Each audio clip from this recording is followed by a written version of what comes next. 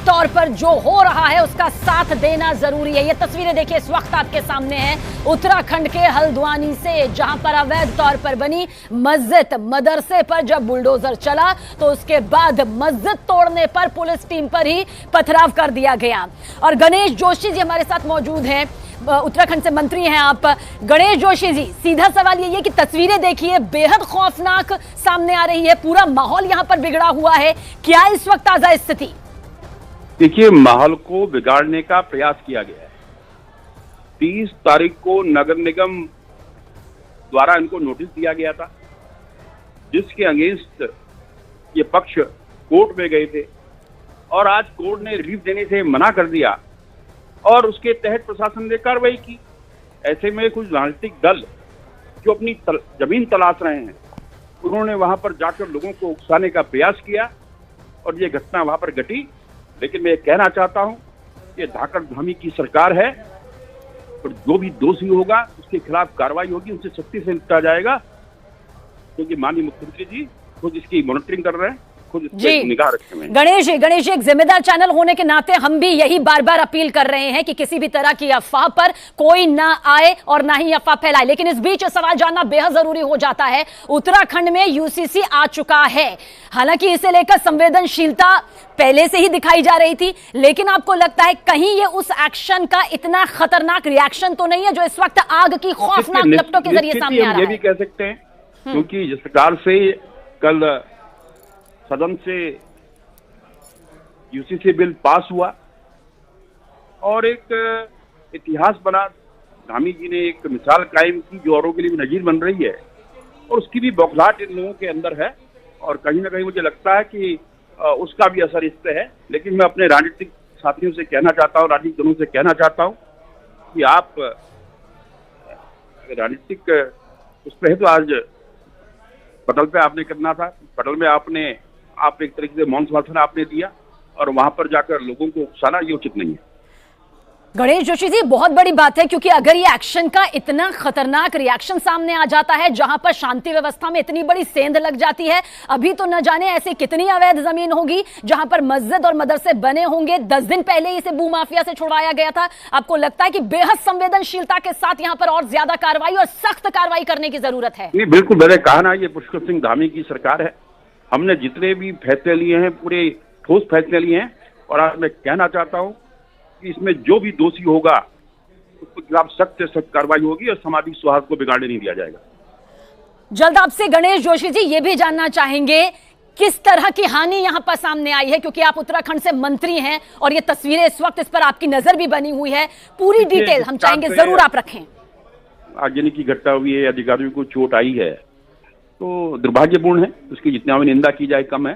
लेकिन मैंने कहा कि किसी भी दोषी को बख्शा नहीं जाएगा, ये पुष्कर सिंह धामी सरकार का संकल्प है। आपको लगता है एक एक उपद्रवी जो है वो सलाखों के पीछे होना चाहिए? अवैध जमीन पर कब्जा किया जाता है, अवैध जमीन पर यह सब बनाया जाता है और फिर इसे धर्म से जोड़ दिया जाता है, जबकि ये मामला सरकारी है। उसकी सलाखों के पीछे उनको भेजा जाएगा और जो भी कानून सम्मत कार्रवाई होगी उनके खिलाफ की जाएगी।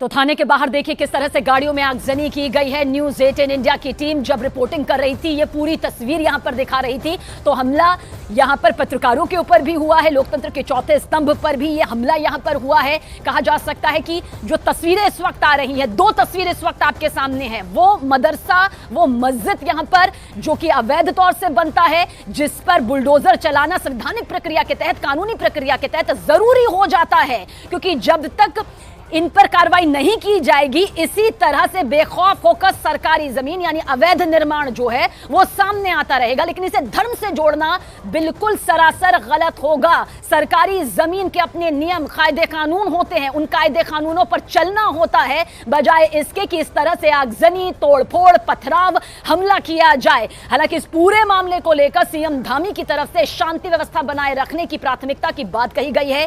हाई लेवल बैठकों का दौर यहां पर जारी हो गया है। उत्तराखंड से हमारे साथ मंत्री अभी गणेश जोशी भी जुड़े हुए थे, उन्होंने कहा कि एक एक दोषी पर, जितने भी दोषी हैं उनके खिलाफ सख्त कार्रवाई की जाएगी। शैलेंद्र हमारे सहयोगी ज्यादा जानकारी के साथ। शैलेंद्र, क्या कुछ पूरी तस्वीर निकलकर सामने आ रही है? हाई लेवल मीटिंग यहां पर हो रही है, अभी फिलहाल माहौल किस तरह का?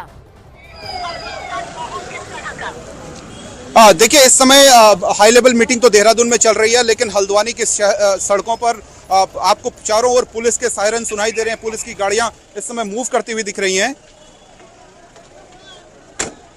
जी शैलेंद्र, हम आपको सुन पा रहे हैं। पीछे की तस्वीरों के साथ आप जरूर दिखाएं क्या कुछ ये पूरा माहौल यहां पर नजर आ रहा है, जो कि बेहद बिगड़ा हुआ है इस वक्त। अगर कैमरे की निगाह से मैं आपको दिखा सकता हूं तो मैं दिखाता हूं आपको। इस समय मैं बेस हॉस्पिटल के ठीक बाहर से मौजूद हूं।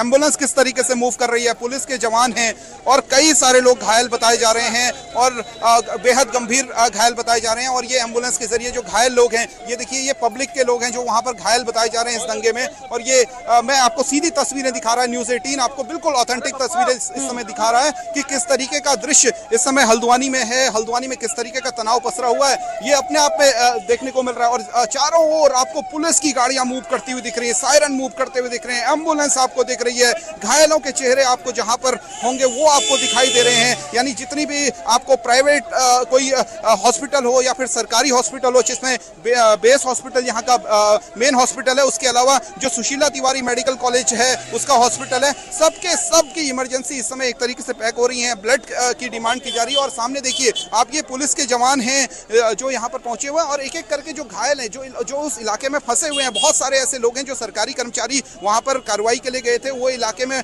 भीड़ ने उसे अपनी जद में ले लिया। किसी को वहां पर बहुत सारे लोग वहां पर इस समय लापता भी बताए जा रहे हैं। तो ऐसे में ये सब दृश्य हम दिखा रहे हैं इसमें न्यूज़ 18 के जरिए आपको। ये सब तस्वीरें हम आपको दिखा रहे हैं और ये शहर के लोग यहाँ पर पहुंचे हुए हैं और इलाका एक तरीके से पूरी तरीके से छावनी में तब्दील होता जा रहा है। और पुलिस की ये कोशिश है कि जो दंगाई हैं उनको एक पर्टिकुलर इलाके तक सीमित रखा जाए। विशेषकर ताज चौराहे पर भारी पुलिस फोर्स इस समय तैनात किया गया है। उसके साथ ही साथ जो गांधीनगर का इलाका है, जो कि पर्टिकुलर इलाका है जहां पर हिंदू मुस्लिम एक तरीके से जॉइंट इलाका है, जहां पर एक तरफ हिंदू पॉपुलेशन रहती है, दूसरी तरफ मुस्लिम लोग रहते हैं, तो यहां पर बहुत ज्यादा इस समय सुरक्षा बढ़ाई गई है। और उधम सिंह नगर जो पेरिफेरी से लगा हुआ डिस्ट्रिक्ट है, वहां पर फोर्स को मूव किया गया। मैं तस्वीरें आपको दिखाता रहता हूं, अंदर मैं आपको ले जाकर के दिखाता हूं कि ये यहाँ पर कुछ सोशल वर्कर्स यहाँ पर पहुंचे हुए हैं, क्योंकि जैसे जैसे लोगों को पता चल रहा है तो लोग भी हॉस्पिटल की तरफ मूव कर रहे हैं। और इस तरफ मैं दिखाऊं कि किस तरीके से यहाँ पर भी पुलिस फोर्स तैनात किया गया है,